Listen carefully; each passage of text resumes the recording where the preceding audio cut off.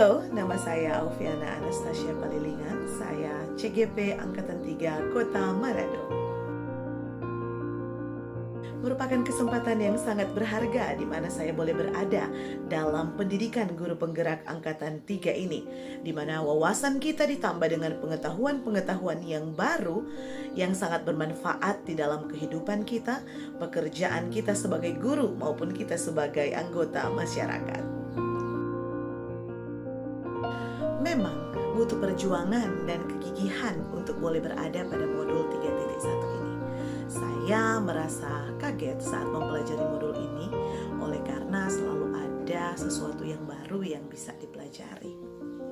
Dan apa yang sudah kita pelajari pada modul 1 dan 2 sebelumnya bisa kita implementasikan pada modul 3 ini sebagai pemimpin pembelajaran pengembangan sekolah.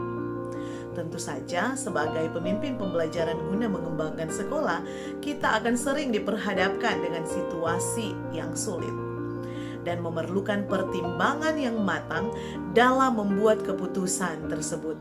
Dan modul 3.1 ini mengajarkan kita tentang bagaimana cara pengambilan keputusan sebagai pemimpin pembelajaran. Pada modul 3.1 ini kita diajar untuk menganalisa sebuah kasus, apakah itu termasuk pada dilema etika benar lawan benar ataukah rujukan moral benar lawan salah. Terdapat 4 paradigma dilema etika. Yang pertama, individu lawan masyarakat. Pada paradigma ini terjadi pertentangan antara individu melawan sekelompok yang lebih besar, yang dimana individu ini berada pada kelompok tersebut. Yang kedua, rasa keadilan lawan rasa kasihan. Dalam paradigma ini ada pilihan antara mengikuti sebuah aturan tertulis atau tidak mengikuti aturan sepenuhnya. Selanjutnya, kebenaran lawan kesetiaan, di mana paradigma ini seringkali kita buat pada pilihan antara berkata jujur atau mengikuti berlaku setia yang mungkin terhadap sahabat atau atasan kita. Selanjutnya, jangka pendek lawan jangka panjang. Pada paradigma ini kita bisa melihat apa yang bermanfaat saat ini dan yang akan bermanfaat di waktu yang akan datang. Setelah 4 paradigma etika, ada 3 prinsip dalam pengambil keputusan sebagai pemimpin pembelajaran. Prinsip pengambilan keputusan, dasar pemikirannya adalah kita melakukan demi kebaikan banyak orang, menjunjung tinggi prinsip-prinsip atau nilai-nilai yang ada di dalam diri kita, kemudian melakukan apa yang kita harapkan orang lain lakukan untuk kita.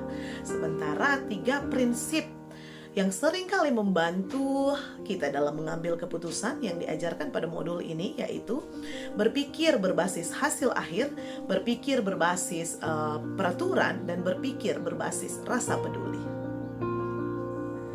Untuk membantu kita membuat keputusan yang efektif, pada modul ini juga diajarkan 9 konsep pembuatan dan pengujian keputusan.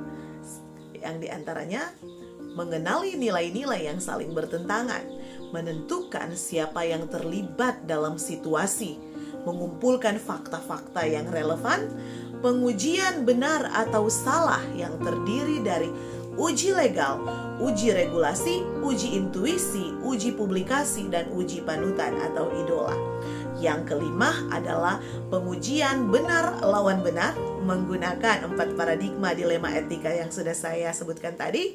Kemudian menggunakan prinsip resolusi, yaitu 3 dasar atau prinsip atau nilai dari pemikiran pengambilan keputusan, dan menggunakan investigasi opsi trilema, di mana kita bisa saja menemukan cara yang kreatif di saat penyelesaian masalah ini.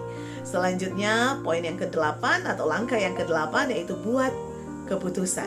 Ketika sudah membuat keputusan, maka langkah yang ke-9 adalah lihat lagi keputusan itu dan refleksikan. Saya sangat bersemangat untuk membagikan apa yang saya dapatkan kepada teman-teman teman-teman saya di sekolah terkait materi pada modul 3.1 ini. Pertama, saya akan komunikasikan dengan kepala sekolah sehingga kepala sekolah bisa mengerti pentingnya materi ini untuk dibagikan kepada rekan-rekan guru saya. Selanjutnya, saya akan mengatur waktu pertemuan kita yang sudah biasa kita lakukan, yaitu sharing is caring. Saya akan buat pertemuan kecil dengan guru-guru rekan sejawat saya untuk saya membagikan materi ini. Selanjutnya, saya akan mempraktekkan sedapat mungkin materi ini, cara pengambilan keputusan sebagai pemimpin pembelajaran setiap hari ketika saya beraktivitas, sehingga saya boleh menjadi teladan.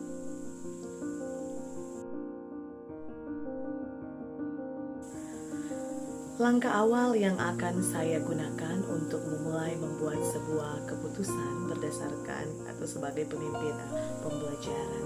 Yang pertama, saya akan menganalisa apa yang menjadi kebutuhan saya dan menjadi kebutuhan lingkungan saya pada situasi yang saya hadapi, dengan cara saya menerapkan kompetensi sosial emosional kesadaran diri. Selanjutnya, saya akan menggunakan mindfulness, di mana saya akan berkesadaran penuh agar supaya saya menyadari berbagai pilihan dan juga berbagai konsekuensi yang akan saya hadapi ketika membuat sebuah keputusan. Selanjutnya, saya akan menerapkan proses coaching tentunya untuk diri saya sendiri, di mana saya akan menganalisa paradigma apa yang sementara berlangsung atau paradigma apa yang berlaku pada situasi yang saya alami. Ketika saya sudah menentukan paradigma, saya akan menentukan prinsip pemikiran atau dasar pemikiran apa yang akan saya gunakan. Selanjutnya, saya akan menggunakan 9 konsep pengujian dan pengambilan keputusan seperti yang sudah saya jabarkan tadi. Saya harapkan saya bisa membuat sebuah keputusan yang efektif. Ketika saya sudah membuat keputusan yang efektif, saya akan menerapkan proses coaching bagi semua pemangku kepentingan yang terlibat dalam situasi tersebut. Saya akan mempraktekkan hal ini mulai hari ini dan setiap hari, sehingga saya lebih terlatih dan lebih sigap ketika saya harus membuat keputusan pada situasi dilema etika ataupun bujukan moral yang saya hadapi.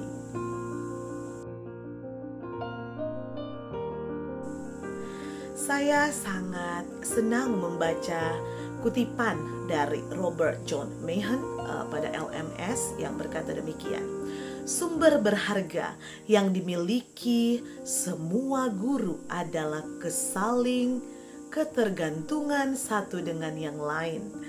Tanpa kolaborasi, maka pertumbuhan diri kita dibatasi oleh pandangan kita masing-masing. Dalam hal ini, yang akan menjadi pendamping saya adalah kepala sekolah saya dan juga rekan sejawat saya.